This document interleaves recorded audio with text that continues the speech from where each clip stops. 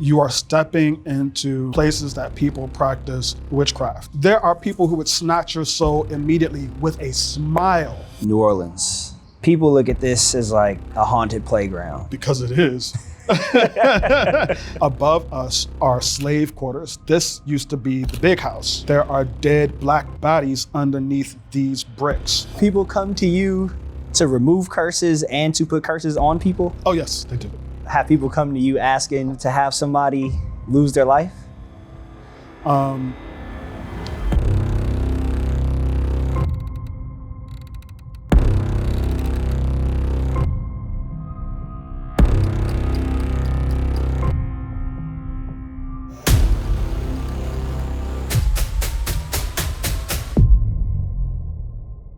All right, guys, welcome back to another episode of the HORRORble podcast. We are here with a very special guest. I'm the guest today in his place. So I'm gonna allow him to introduce himself. My name is Sen Elias, and I am a perpetual student of spirit. Okay, and tell him where we're at today, exactly. We're in New Orleans at my shop, Crescent City Conjure, 1224 Decatur Street, crescentcityconjure.com. Put it out there so they know. Yeah. So where are you from originally? I'm from the Maryland, Virginia, DC area originally. Yeah. For those who care, my lineage of hoodoo comes from South Carolina. That's where my family is from originally, and it's Gullah Geechee people who are historically known for carrying strong hoodoo blood. And then I moved to New Orleans about 12 years ago. What brought you here? What I experienced is a little too intense for DC. Understood. So New Orleans is a much more comfortable environment for me to exist in. Got you. Okay. Can you give us a little breakdown, because you say hoodoo and then there's witchcraft. Can you give us a little breakdown between what's the difference between those? Hoodoo and witchcraft? Yes, sir. Hoodoo is specifically folk magic in the African-American experience of African-American diaspora. So, due to the transatlantic slave trade and a lot of other migrations of African people, traditional religions, the people who practice it and are initiated into it or dedicated to it, live in different places, or they don't have access to the same fauna and flora, which are pretty central parts of practice, and they have to supplement somehow. And because of all of that substitution, reconstitution, the tradition takes on a different flavor. So we have African traditional religions like, Voodoo in Benin, Africa, Ifa in Nigeria, the Palo in the Congo, filtered through the African-American experience in America. Hoodoo is African-American culture. But in this conversation, we're discussing hoodoo solely from its spiritual angle. I'm African-American, so that means that I have African ancestors, which means that traditions that you find in Africa, especially before the colonization of Africa, that's in my blood. It means that I retain some of those foundational gifts of being able to see and to hear. So when you say see and hear, you mean spirit specifically? Yes. Okay.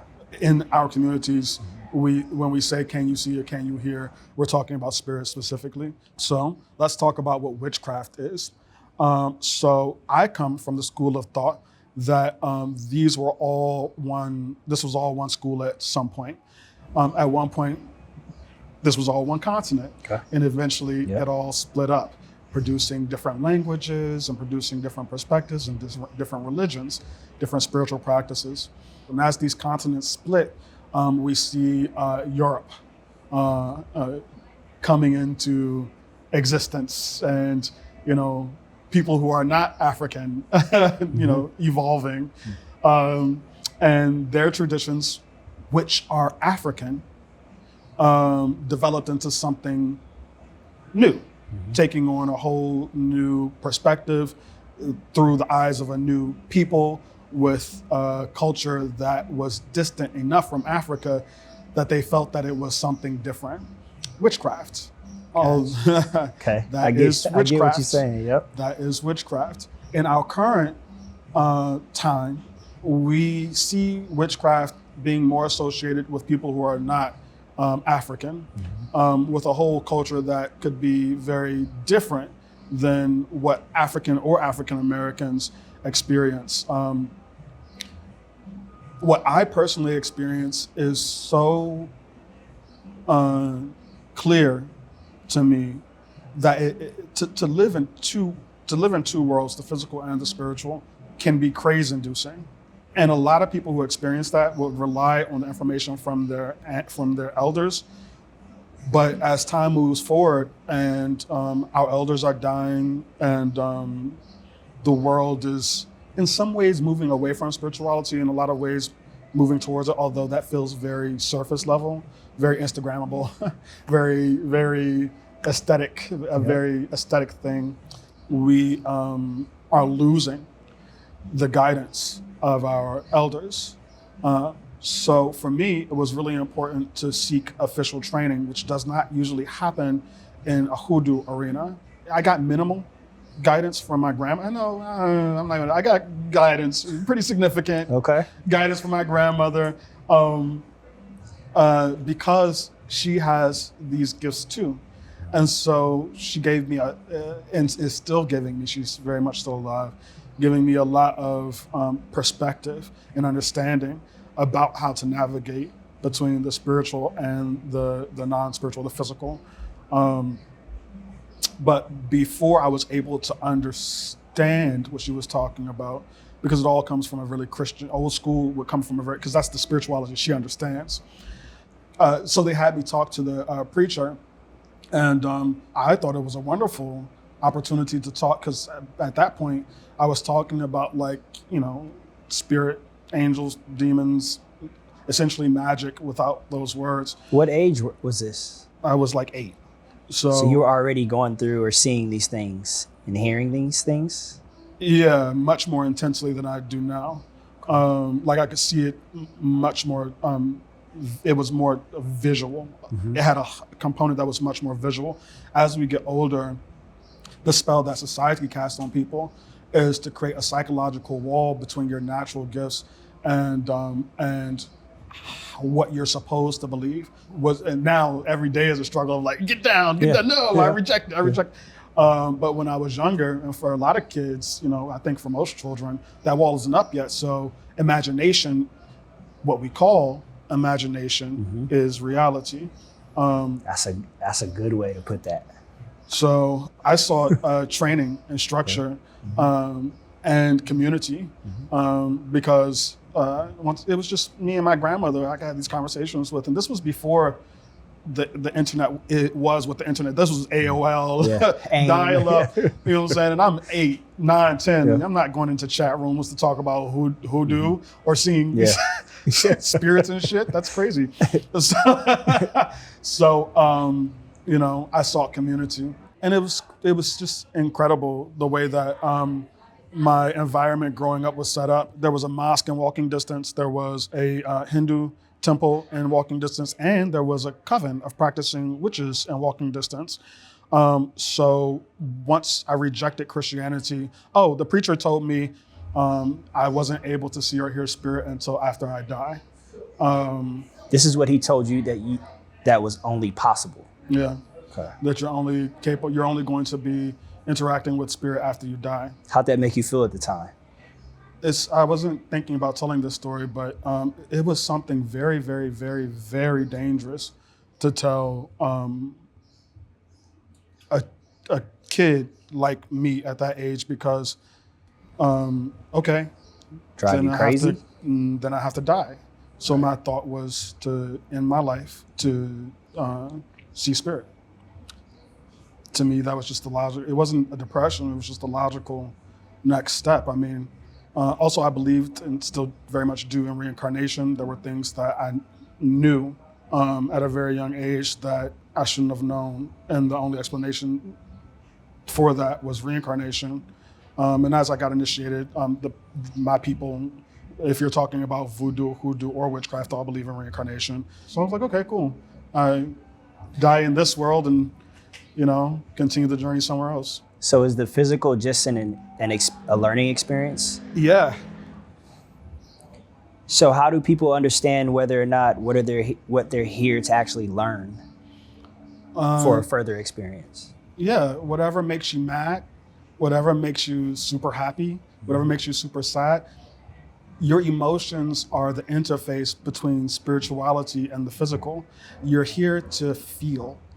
You're here because those emotions are the only thing that's real. So when you take those experiences in, I want to say the point is that feels a little ostentatious, but I believe at some point in practicing spirituality or what I practice, I very much feel like you will begin to very much feel like you're wearing a VR headset, especially when you get into practices like astral projection. Where you are changes like that. Once I'm experiencing the spiritual overlaid on the physical, but I'm also able to turn this off and turn another program on. When you talk about reality and I talk about reality, we're talking about two different things. There are many, many realities, and this is just one. It is real, just as real as any other reality. Yeah, I feel like I'm rambling. You're good. What point was I making? I mean, you made so many points that I want to ask so many questions. You talked about like astral projection, seeing spirits, hearing things. How does one sharpen these tools if they are having these experiences, but they don't know exactly how to tap into them? Yeah, you look like you go to the gym. So that is, I think, a good way to understand how to sharpen these things. They are a muscle. And so the more you practice, the sharper they become. It's also important to understand that you are in a program right now, and this program is being reinforced everywhere you go, at every moment of your life, when you stare at your phone, when you watch TV, when you interact with other people who are in this program as well. So putting things in their proper context is super important. As you sharpen these gifts, you will be immediately at odds with the program. Being the dance of communicating with the program and being unclipped from it is I think the true training.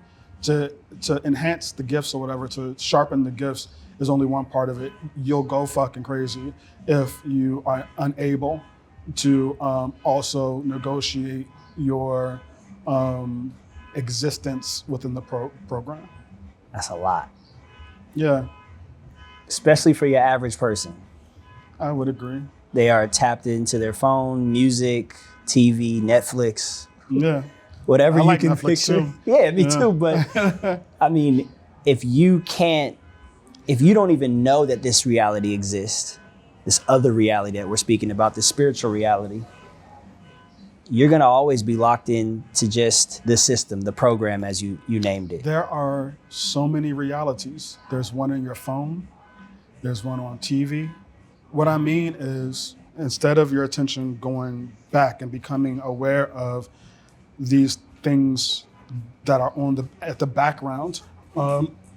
This is as real as it gets, y'all. Yeah, that are on the background, that are playing in the background, these other realities or whatever, planes of existence, if you want to talk about New Age concepts about. But instead of that, your attention is being directed forward into miniature universes to keep you distracted.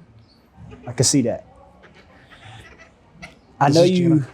What's her name? Gina. Gina. All right, we got Gina a part of the show as our second guest. Yeah, she's unclipped. Yep. And just so y'all know, I want to make this clear now. If y'all hear any car alarms, other people talking, music, we are literally in the middle of New Orleans doing this episode. So just be aware. It's not on purpose. It's just our location, and it's a part of where we're at. I know you wrote a couple books, right? I'm working on a third one for Llewellyn. It'll be my first book published by a major publishing company. The other two are self-published. Okay. What were they called? The Occult Power of the Sun, working with the third pentacle of the sun, and Crescent City Conjure Comprehensive Guidebook. I know you wrote that hoodoo is not about being mysterious, it's about surviving. Where did you read that at? Where did I write that? That is a better question.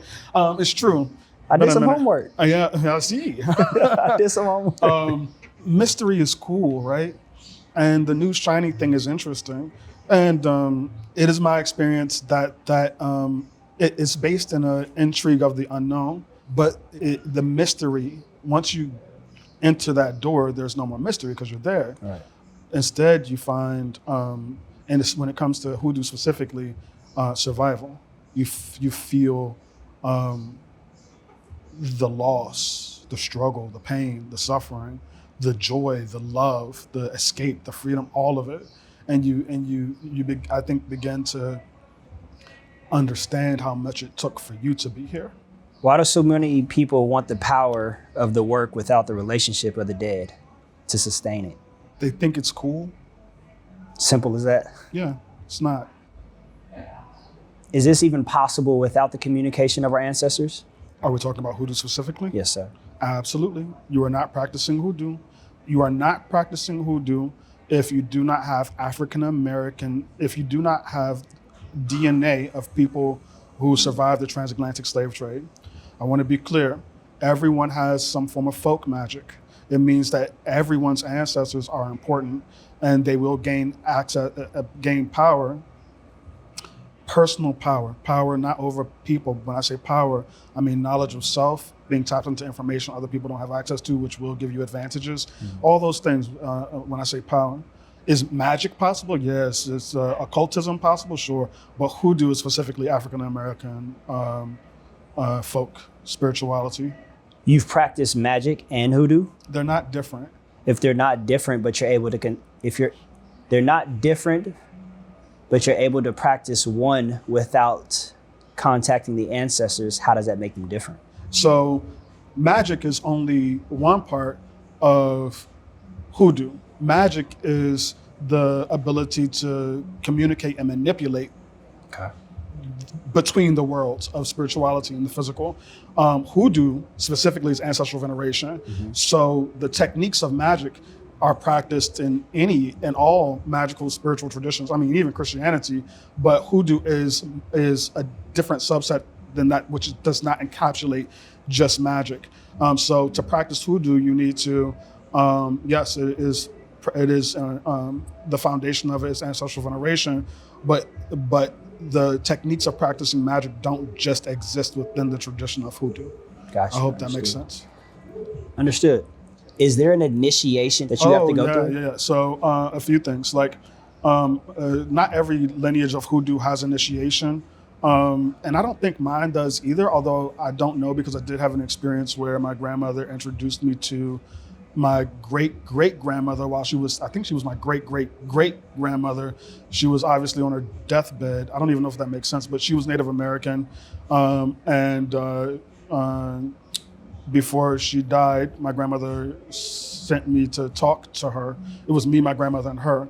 And she was asking her questions of confirmation, and she confirmed. That feels like a type of initiation that would happen in a hoodoo situation, to have that many lineages back. And honestly, I was so young that I don't know if she was because I remember my great-great-grandmother, but she was older than my great-great-grandmother.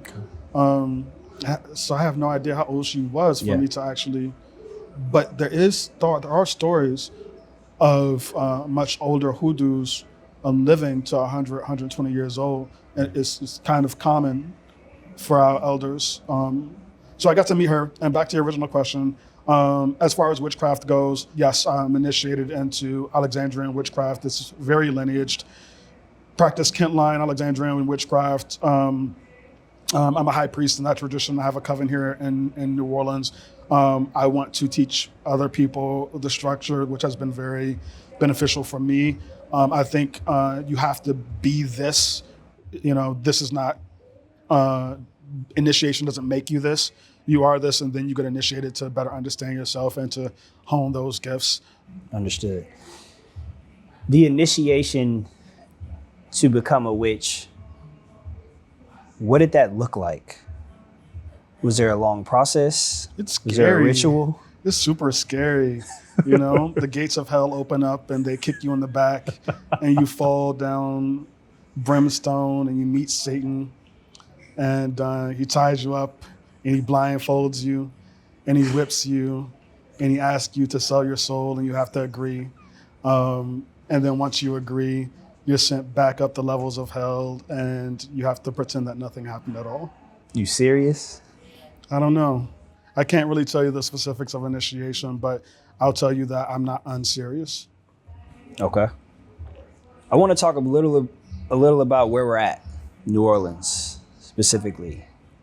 People look at this as like a haunted playground. Why do you think that is? Because it is. I think when people are looking for spiritual traditions, you're going to see a lot of touristy bullshit.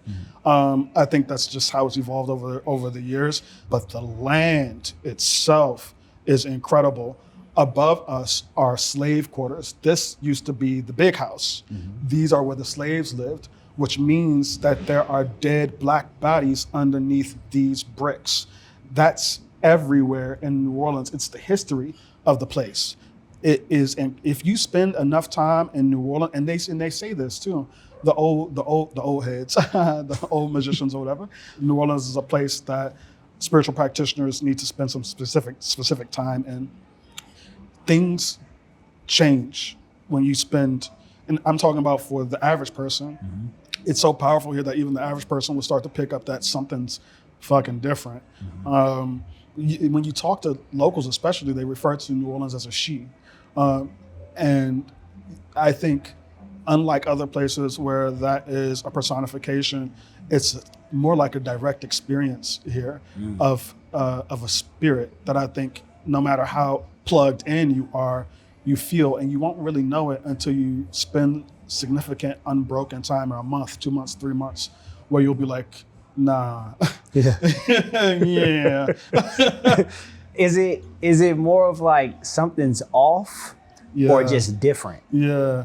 It's different by its nature. Right. So for sure it's different, but something's off. Do you think this city attracts people that are spiritual and spiritually reckless? I think it attracts spirits, meaning that you possess a spirit, regardless if you're spiritual or not. And New Orleans needs to eat. So I think that answers both sides of your question. Yeah. Like, there's a reason why she has developed in a way that there's alcohol available 24/7. There are parties 24/7. Just from my perspective, I see people giving their spirit to her often. I mean, walk down Bourbon Street sober. Walk down Bourbon Street sober and just watch. I moved here because first off, I would have access to an entry point to a lot of different traditions, which was important to me. To be around other people of like mind was important to me. Being able to express myself fully was important to me. So yes, it attracts spiritual people, but spiritually reckless people, yeah, most people don't even understand the value of their own spirit. It's real easy to take from them. Taking someone's spirit, meaning you're talking about alcohol or drugs, is that taking spirit, or is you talking about something else? No, it's just a tool to facilitate the taking. To facilitate the taking. Mm-hmm. So how is the spirit actually taken if that's just a facilitation? Listen, I don't really lie, and I don't really. It's hard for me to mince words or to. It's hard enough. I typically. Is this a physical thing? Just say it. Okay, so yeah, it's a physical thing. So the best example I can give was during one Mardi Gras. There's a man on one of these upper floors or whatever, super drunk, falls over the railing and splat on the ground, and you can see blood running out of his ear into the soil. He gave his spirit directly to the land. You're not talking about right here, right? I mean, no, but what are a few things, or one in particular, if you can name it, that people need to be careful with when visiting or moving here to New Orleans? Hedonism, and once again, it is the tool that facilitates the taking. It's not just dying on the land. You will see people slowly be hollowed out. And the city is so small that there's not a lot of places to hide. So you'll like just pass by someone that was working at the grocery store yesterday. They're on the corner. You can see them trying meth for the first time. And just bought meth and tried it right there? Anything. Yeah. Alcohol, yeah. legal. They're slowly becoming alcoholics. Alcohol is available 24/7. I'll say the most dangerous drugs in New Orleans is alcohol and food. So because it's so approachable, people think that they can control themselves, but it is unusually available here and unusually offered. So that is the easiest contact point. I want to clear this up. Are you referring to the food being unhealthy or it overindulging in food? Both. But to be clear, since we had this conversation earlier, it is a lot of soul food, a lot of Southern cooking, which is good to amazing. have, which is good to have from time to time. But too much of it will kill you. Yeah. They cook red beans and rice at bars. You can go to a bar, get drunk, and enjoy some really good free red beans and rice, and then be invited to someone's house who's already have a spread. It rolls. There aren't a whole lot of pretty good gyms here. There isn't a very strong fitness culture here. You are expected to eat a lot and to drink a lot. Otherwise, you're weird in this culture. I know there's a lot of people that are gonna watch this that all that shit sound really good to. Yeah, and you really want to. Exactly. Yeah. And I can't even lie, like I'm guilty. When I got here, I've been eating more than usual. Imagine if you lived here. Right. I might be 215 or bigger. In the Cursed Man documentary or whatever, I weighed 50 pounds more. And so it was important for me. And this is kind of when I realized that the food is a drug, my energy. And someone said it to me. And I was like, wait a minute, that's exactly, my energy was shot. A few things had been affected by it. And I was like, no, anything that gives you dopamine is a drug. Food will definitely do that. So, you have to challenge your relationship with food. It's crazy. I didn't think that would ever come up in this conversation, but it's a real drug. And it's a real problem that the world has. A lot of people in the world have. Obesity is real. People die from, if I'm not mistaken, like heart attacks, and high cholesterol is a killer in this world. And if you're just drinking and eating all day, that's what you're doing. Yeah. You're gonna harm yourself for sure. Yes. I mean, couple that with you're talking about layers and layers, alcohol, partying all night, food, like you can become someone you don't recognize, and the culture will support it. Yeah. That's even worse. Oh no, you're not an alcoholic, you just live in New Orleans. Oh no, you don't need to get your diet together. You're fine the way you are. I think positivity is positivity, unless it becomes toxic positivity, as you can see someone kind of slipping down a hole and you're like, oh no, that's fine. But oftentimes people are doing that to justify their own bad choices. So true. We, the Horrible Podcast, are officially opening up the doors for you to submit your horror experiences. Those experiences can be anything from paranormal experiences, real life horror, anything off the wall. If it has to do with horror and you were terrified within that moment, we want to hear about it. We want these videos to be shot very specifically, selfie style. So you need to have the camera be looking right at you as you tell your story. So click on the link in the bio. This is where you'll be able to submit a selfie style video up to 2 to 5 minutes telling us about your horror experience. There may be a chance that myself and maybe a special guest will react to your story around the fire. So submit them crazy stories. I mean, what could possibly go wrong? I want to talk about some, I guess, client stuff that you've been through. Okay. Like cursing people.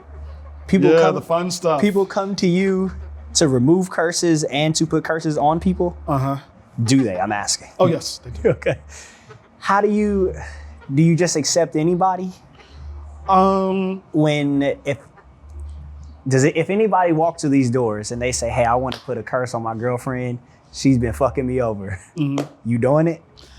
I find it entertaining, but no, everything starts with a reading. Okay. Everything starts with the reading. I am a priest and a witch. What that means is that I am here to tell people the truth first and foremost. So when they have a reading, it may come up that, for instance, okay, you cheated on her, you kicked her out of your car, you left her to walk 10 miles away.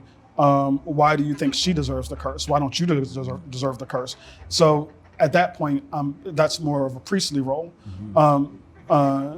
If I find that they're being an immature asshole who wants power over someone, I probably won't. But let's say there's someone who comes in and they're like, oh, I want to curse my boyfriend. And I do the reading and he's physically, emotionally, mentally abusive. This person has lost themselves. And that person is not the first person they've done it to. But there's also a type of justification that comes through where spirit will laugh at I'll get a kind of like a humorous kind of impression of someone. It's not a judgment, where it's more like spirit coming down and being like, okay, humans and their human problems or whatever. And then sometimes spirit will come down and get mad. And when that happens, so it's the process of what we call justification. Justification doesn't mean, do I think something is justified? It means that in a larger scale of cosmic balance, is this justified? And if it comes back justified, then I'll do the work. Have you seen people lose themselves in revenge? I've lost myself in revenge before. So yes. How does that look? I mean, not for you specifically. You're asking some, well, I don't mind, but I do, but I don't. These traditions require a lot of balance, a whole lot of balance. I mean, from like hour to hour, minute to minute, you're checking in with yourself. And I discussed this, what we're talking about, this subject, with other practitioners as the blackening of one's heart. There is no devil in what we in a Christian context, like an adversary that you're like, oh, the devil made me do it, the devil's so bad, you know, whatever. That doesn't really exist in these traditions. And there's also not an agreed upon like moral scope, which means that you need to be observing, recording, and be very aware of the consequences of your own actions, It's okay to curse people if it's justified in my world. But you can only do that as much as you're okay with your heart becoming black. Say that again. You can what the consequences of this and the morality, how black are you okay with having your heart becoming? How okay are you with that? It has a consequence of emotions being really close to dying, like almost being stumped out completely. It is a process that some schools teach, how to make your heart as black as possible so that you can't feel anything, so that you can do the most damage to your fellow man. So you've had plenty of clients come and either they want harm done to someone else or remove harm that someone else has put on them.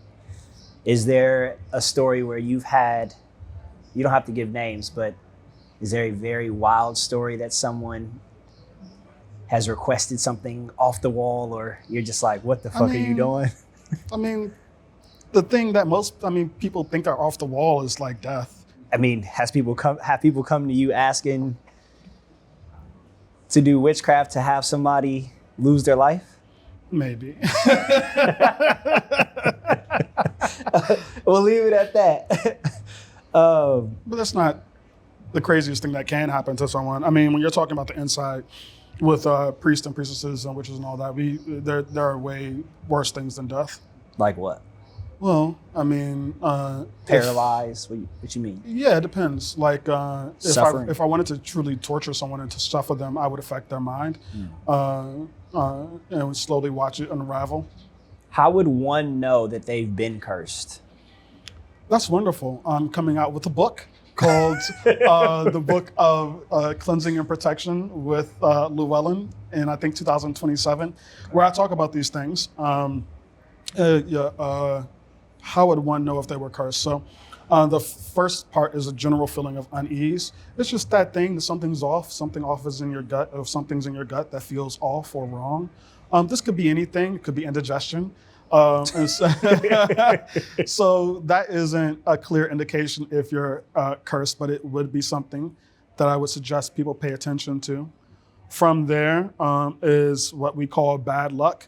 Bad luck isn't just bad luck. It's a string of events that seem almost impossible. Get hit by a car, lose your job, break up. It's just a string of just, why is this all happening right now? We call it bad luck. That would be a more significant sign that you've been cursed. Once again, not confirmation, could just be coincidental. Next is nightmares.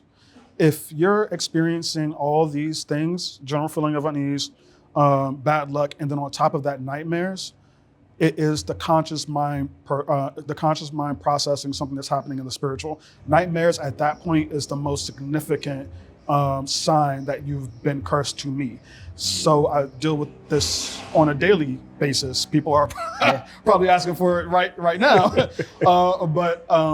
I start with just listening to the person, not leading them, not giving them what I think or what I've experienced are the signposts, but I'm listening. Something's off. General feeling of unease. This bad thing happened. This bad thing happened. This a string of bad luck, and I can't sleep. Why can't you sleep? I'm having nightmares. Come in immediately. It's the same thing over and over again. I haven't seen much change, and so from nightmares, if it continues without being checked or helped, develop into physical illness. And this is all of that manifesting into the physical body, then finally is possession. This is all a process of hollowing you out so something else can sit in you, or the development of negative energy until it becomes conscious, but it results in possession, which is, if these things are happening to you and you're not seeking spiritual help at all, that's what will eventually happen. The possession, what do those usually look like? Does it end up in an addiction? It can. That is one type of possession. I've seen it in a few young people, because I think adults will look for escapism, which is the addiction. But it's a hollowing out. Like there's no light behind the eyes, and the creepiest thing is there's a laugh that is very, very consistent across the board. I was in Ethiopia, and we were in these 13th and 16th century monasteries, and this priest was doing exorcism in one of them, and the girl he was doing I hear that laugh when I'm dealing with someone who's possessed, and I heard it, and it's the same laugh coming from this girl in Ethiopia. It's a low-level entity. If you know what you're doing, it's easy to kick out. That laugh is tells me that it's easy to deal with, but it is the creepiest thing. It's the creepiest thing. It's this. They're laughing at all of humanity because it's all so fucking silly. All of this shit makes no goddamn sense. And we just agreed to all this dumbass shit. You're working for fucking food and it's hanging from trees. I mean, shit doesn't make it. I hear you. I hear you. I mean, there's a food shortage in the world, and we have lawns that we manicure, which is free land to grow food on. Anyway, it is ridiculous. So when these spirits are possessing a physical vessel and looking out in the world, it's fucking hilarious. And you'll hear this laugh that comes from the belly. It's not a variation of laughs. It's the same laughter coming from the belly of a kid. That kind of detached, can't give a fuck laugh shouldn't be coming from children. It doesn't even seem like that's a lifelong experience that's producing a perspective that a child shouldn't have. It is unsettling, to say the least. That, with the hollowness behind the eyes, high-level negative entities are more concerned with building industry, and they have to maintain the mask. They're pretty polished at interfacing, so that laugh is not going to be something that is worked out. They are rather intelligent. These ones are so low level that they don't understand that they have to play the game. So they're coming in raw and hot, easily identifiable. Have you ever seen this laugh verbally or physically come out of somebody or That's a kid? That's what I'm saying. You've seen it actually come out or have heard it actually come out. That's what I'm saying. I'm thinking you're talking about you can hear it spiritually. No. But you can hear it actually. They're vocalizing it. Yeah. It's coming out of their mouths. It's extremely creepy. It makes me unsettled talking about it. You talk about you've seen and been in these rooms where people are having literal exorcisms. How many of these have you seen or been a part of? Enough to be able to have this conversation. Yeah. So if you want me to give you a number. I mean, I don't need a number, but. Many. Yeah. Do you ever feel uneasy in there? Do you feel like if someone does exorcise a demon out of whether it be a person or an adult or a child and an adult, can that jump into you or anybody else in that room? No, it can't jump into me. I have huge scratches all over my body that have protection in them. And there are a lot of things underneath my shirt that you can't see that keep me protected. I'm very trained, and as a priest, I'm taking the most extreme caution before these situations to ensure my safety and the safety of anyone that I'm working with. So no, it can't happen to me or happen to anyone that I'm working with because they have undergone a process to keep them. That's my responsibility to keep them safe as well. But it is possible for it to happen if someone hasn't taken these precautions. Do I feel unease when I'm in the room? Right now, I'm in human mode, so I do feel unease talking about it. But right now, I haven't, put on that armor, and so we're just having a casual conversation. Right. But when a situation happens like that, I go into fight mode. You suited up. I'm suited and booted, and I'm ready to take care of a problem. Gotcha. I'm not even. I don't care what you are. Right. We're taking care of a problem. In this scenario, if someone is not protected and they go into this room or this situation while an exorcism is going on, and it does enter them once it's exorcised, do they know immediately or do they find out months from then? It depends on how sensitive the person is, which is their ability. If you're a highly sensitive person with any type of awareness at all, it could happen immediately. So you'll hear that laugh come through another person. But if you are not very tapped in, which I mean, like y'all are all under a spell of society, right? And so, and that wall comes into play again, that division comes into play again. So something can attach itself to you, you become completely unaware until a week, a month, 2-3 months later. Mm-hmm. Got you. Is it possible to bring someone back from the dead? Are you talking about zombies right now? That's one way you want. Is that what you? Yeah, we could talk. I mean, I'm just asking because there are different. Is that the direction you want to go in with zombies? No. Okay, cool. Because it would change the answer. Is it? Is it? Is it possible? I'll say that I believe that it is. Okay, can you tell me why you believe that? I've seen too much. Have you seen a spirit be put in someone else and that took over that body? Yeah, that's what we're talking about, possession, right? Okay, but possession would not be removing the spirit that's already in there. It would just take over it. Oh yeah, they get placed into a little corner in their mind, and the other thing is taking over. So yeah, but you can't really kill the original spirit because it's responsible for the background functions of like breathing and the heart and stuff like that. Otherwise, the background functions die. A person dies.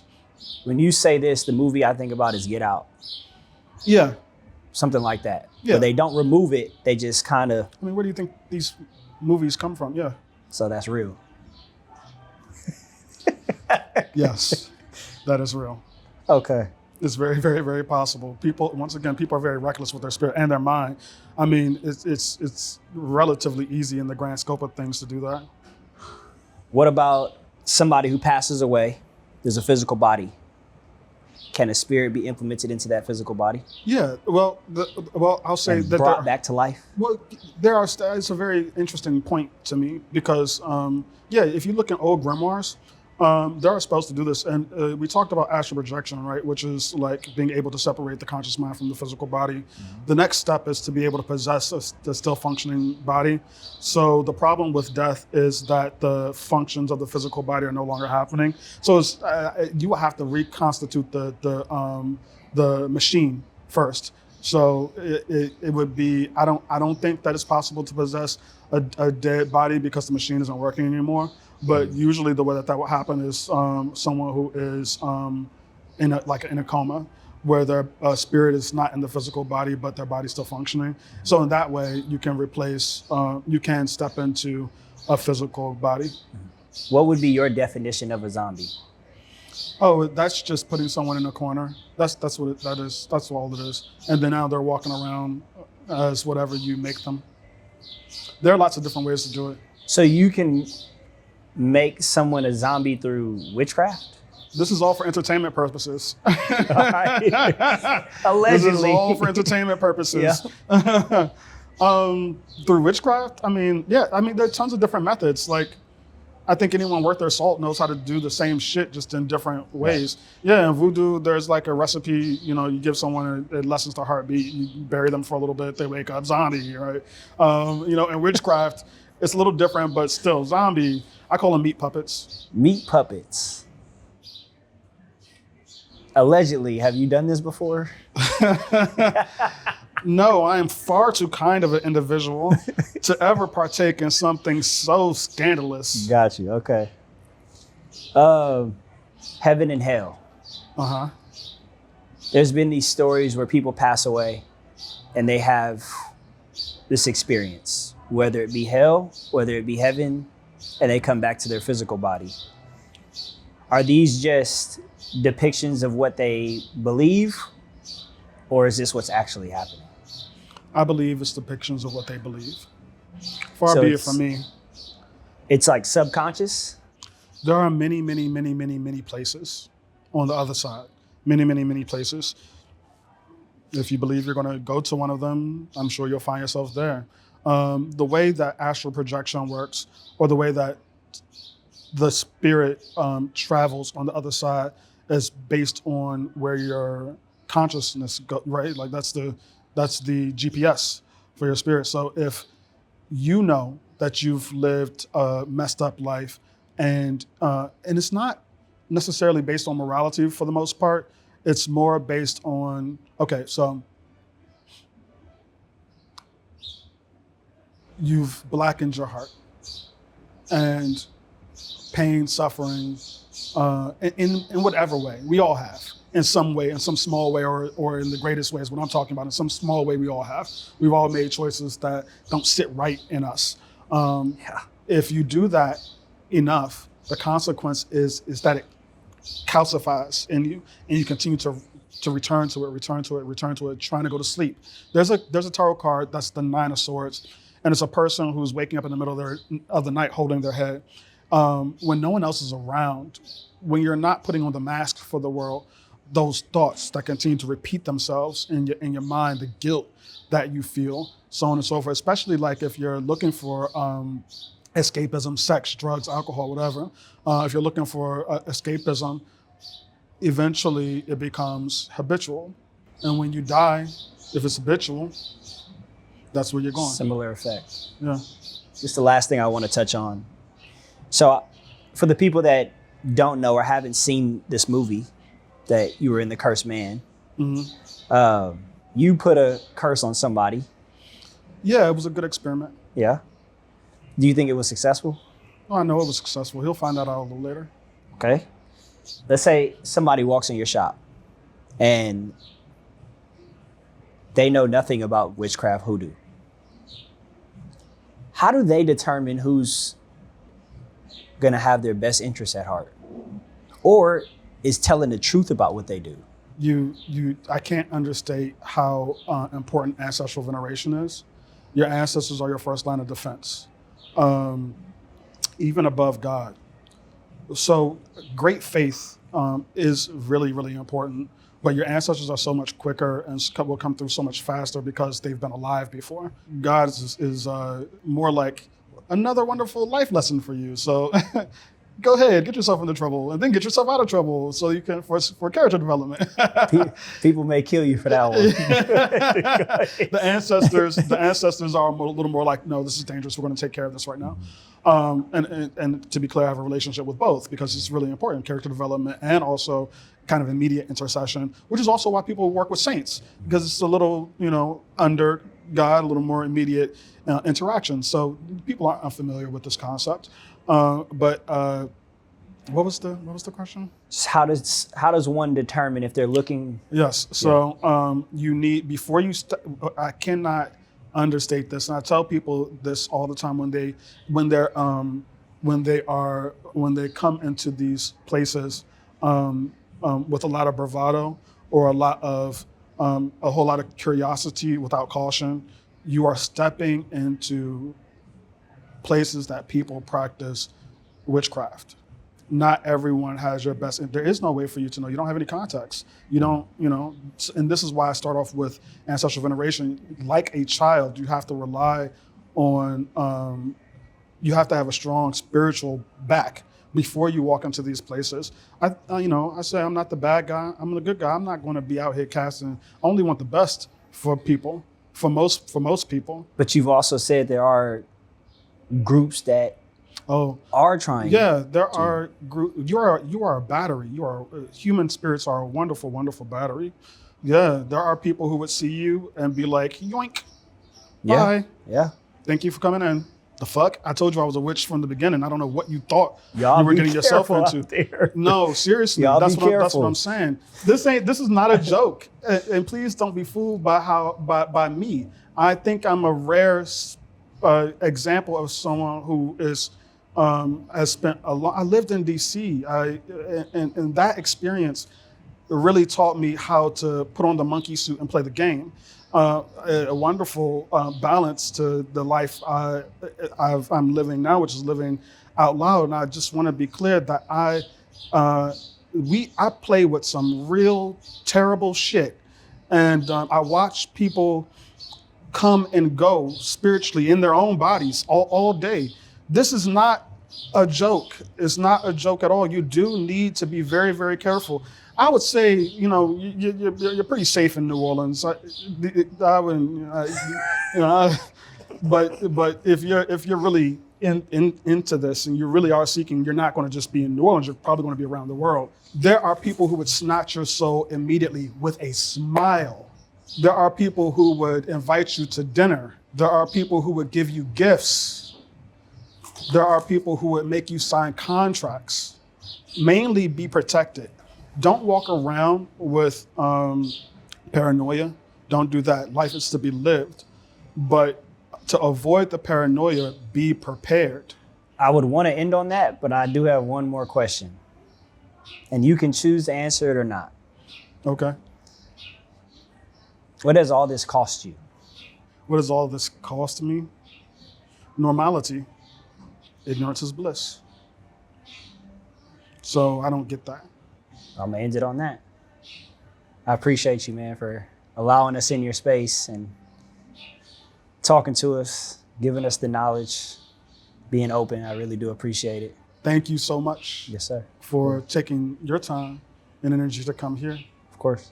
I appreciate it, man. And thank you for anybody watching. Please continue to share, subscribe, and like the content. If you guys are in New Orleans, make sure you guys check out the shop.